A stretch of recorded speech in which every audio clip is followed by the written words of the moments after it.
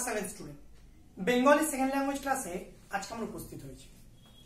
আজকে আমাদের ক্লাসে তোমাদের পাঠ্য বইয়ের একটি কবিতা আজকে আমাদের পাঠ।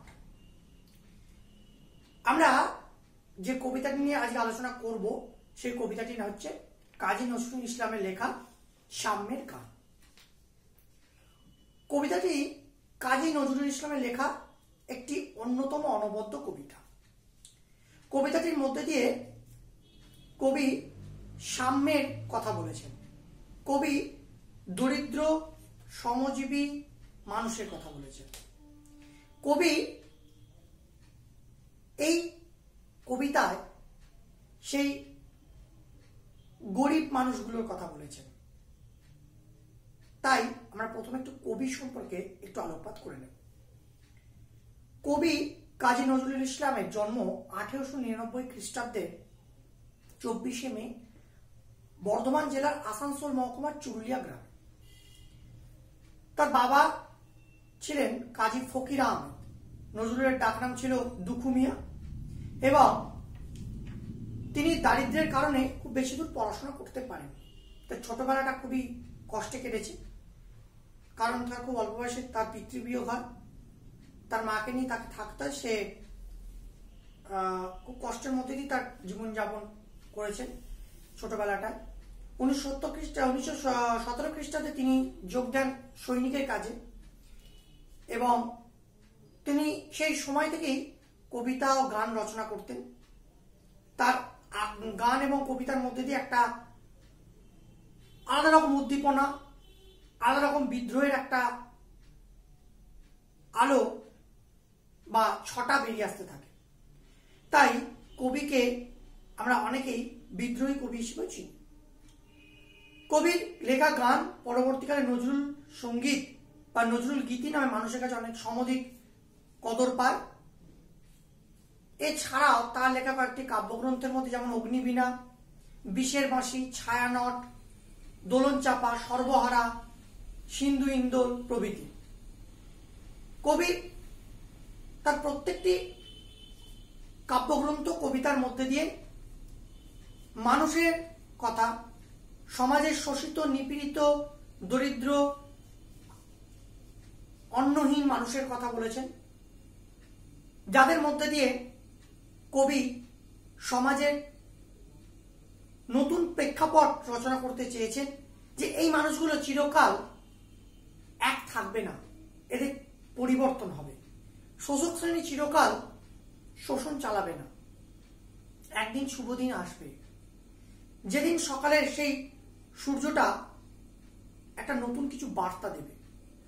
কবি তাতেই বিশ্বাস করতেন। কবি ধর্ম বর্ণ নির্বিশেষে মানুষের জয়গান গেয়েছে। তাই কাজী নজরুল ইসলাম যেমন আমাদের এপার বাংলার তেমনি ওপার বাংলার একজন সমৃদ্ধশালী বিশিষ্ট কবি। পরবর্তীকালে তিনি মানসিক ব্যাধিতে আক্রান্ত হন এবং বাংলাদেশে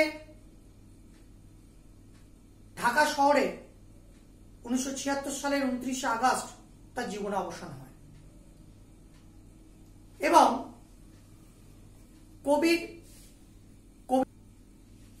গান কাব্যগ্রন্থ যেমন এদেশেও সমধিক পরিচিত, তেমনি বাংলাদেশেও তার গান কবিতা গ্রন্থগুলি উল্লেখযোগ্যভাবে সমধিক ভাবে তাদের কাছে সেটিও যথেষ্ট গুরুত্ব পেয়েছে। এবার আমরা একটু কবিতাটি পাঠ করব, তারপর আমরা কবিতার নামকরণ এবং বিষয়বস্তু সংক্ষেপে বিশ্লেষণ করব। আমরা কবিতাটি পাঠ করি। সাম্যের গান, কাজী নজরুল ইসলাম। গাহি সাম্যের গান, মানুষের চেয়ে বড় কিছু নাই, নহে কিছু মহিয়ান, নাহি দেশ কাল পাত্রের ভেদ, অভেদ ধর্ম জাতি, সব দেশে সব কালে ঘরে ঘরে তিনি মানুষের জ্ঞাতি। দুয়ার খোলো। খোদার ঠাকুর দাঁড়ায় দুয়ারে, পূজার সময় হলো। স্বপন দেখিয়া আকুল পূজারী খুলিল ভজনালয়। দেবতার বরে আজ রাজা টাজা হয়ে যাবে নিশ্চয়।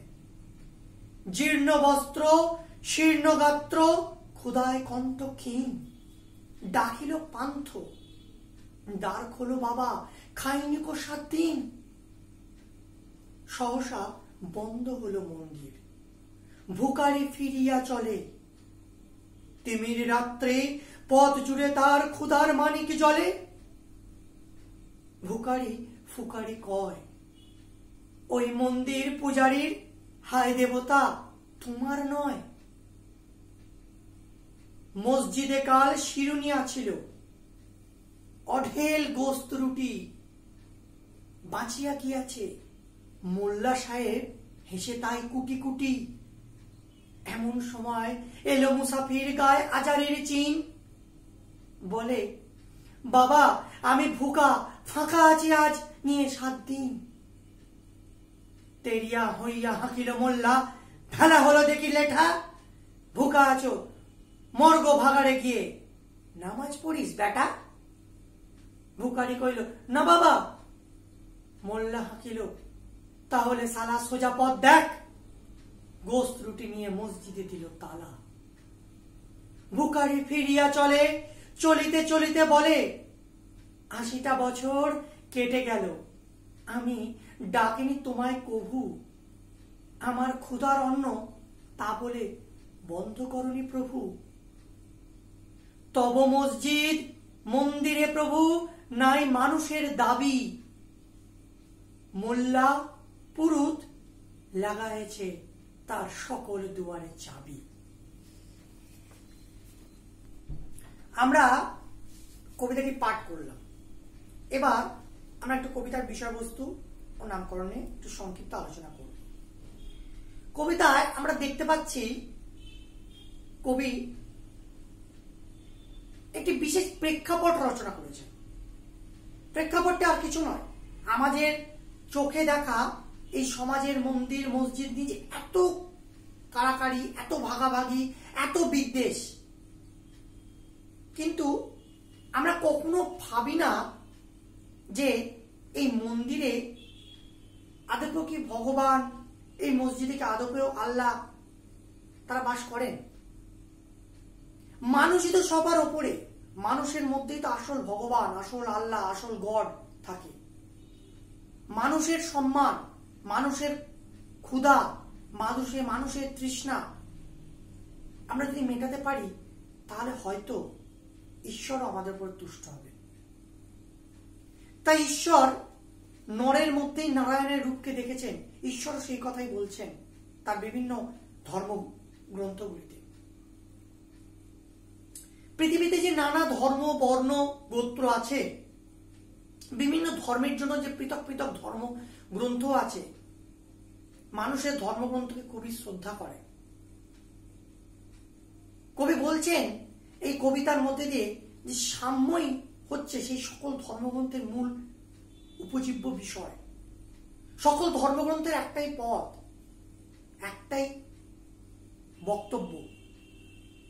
মানুষকে মানুষ যদি সম্মান না দেয়, মানুষকে যদি মানুষ তার বিপদে না দাঁড়ায়, মানুষ যদি মানুষের ক্ষুণ্ণিবৃত্তির যোগান না করে দেয়, তাহলে মানুষের পাশে দাঁড়াবে কি? ধর্মের জন্য জীবন বাজিও রাখে কিছু মানুষ, কিন্তু কোন নিরন্ন অসহায়কে অনেক সময় সামর্থ্য থাকা সত্ত্বেও কিছু মানুষ সামান্যটুকু দান অব্দি করে না। মন্দিরের পুরোহিত হোক বা মসজিদের মোল্লা, অনেক সময় তারা হৃদয়হীনের মতো কাজ করে। মানুষের চেয়ে বড় কিছু যে হতে পারে না, ধর্ম সে কথাই বলে। ধর্ম মানুষ সৃষ্টি করেছে, তাই ধর্মের মধ্যে মানুষকে ছোট করে ধর্মকে বড় করা এটা কখনোই উচিত নয়। কারণ বর্তমান মন্দিরে বা মসজিদে শুধুমাত্র এই পুরোহিত বা এই মোল্লা সাহেবদেরই অধিকার। যে মানুষটা নিরন্ন, খেতে পায় না, ভিখারি, যে বিগত সময় কিছু না খেয়ে রয়েছে, তাকে সামান্যতম খাবারটা দিয়েও তার ক্ষুণ্ণবৃত্তি মেটাতে সক্ষম নয় এই তথাকথিত ধর্মের যারা ধারক। তাই স্বার্থবাদী এই মানুষগুলিকে চোখে আঙুল দিয়ে দেখাতে চেয়েছেন আমাদের কবি কাজী নজরুল ইসলাম। কাজী নজরুল ইসলাম এটাই বলতে চেয়েছেন যে ধর্মের ওপরে মানবতা সত্য, ধর্মের ওপরে সাম্য সত্য, ধর্মের ওপরে মানুষের জীবন বোধ সত্য। মানুষকে সম্মান না দিয়ে জড়পুত্তলিকার সামনে হাত জোর করে কিংবা আজান দিয়ে কোনো লাভ নেই। শুধু স্বার্থান্বেষী কিছু মানুষ ধর্মের গোঁড়ামি ও ধর্মকে জিয়ে রেখে তাদের নিজের স্বার্থ সিদ্ধি করে, মানুষের দ্বন্দ্ব তৈরি করে। ধর্ম সবার, ধর্মের জন্য মানুষ নয়, মানুষই ধর্ম তৈরি করেছে। ঈশ্বর বা আল্লাহ ধর্ম তৈরি করেনি, জাতিভেদ তৈরি করেনি, মানুষ তৈরি করেছে। তাই এই বিষয়টি কি কবি কবিতার প্রত্যেকটি ছত্রে ছত্রে পংক্তির মধ্যে দিয়ে সেটাই বলতে চেয়েছেন। এবং কবিতার নামকরণে যদি আমরা দেখি, কবি সেই সাম্যের গান বলতে চেয়েছেন, অর্থাৎ ইকুয়ালিটি, অল আর ইকুয়াল, যেটাকে আমরা বলি কোড আন কোড, অর্থাৎ যেখানে সবাই সমান, মানুষের কোনো ভেদাভেদ থাকবে না, উচ্চ নীচ, ধনী দরিদ্র গরিব থাকবে না, সবাই দুবেলা দুমুঠো অন্নের সংস্থান করতে পারবে, ন্যূনতম জীবনযাত্রাটুকু করতে পারবে। তার কথাই কাজী নজরুল ইসলাম এই কবিতার মধ্যে দিয়ে, এই কবিতার নামকরণের মধ্যে দিয়ে বোঝাতে চেয়েছেন।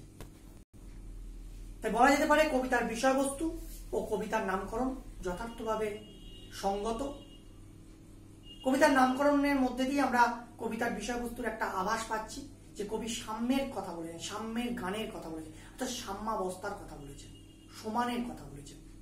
কেউ কারোকে তাচ্ছিল্য করবে না, কেউ কারোকে ঘৃণা করবে না, কেউ কাউকে দূরে সরিয়ে দেবে না, সেই সমাজ ব্যবস্থার কথা বলেছেন, যেখানে সকলের সমান অধিকার নিয়ে বাঁচবে।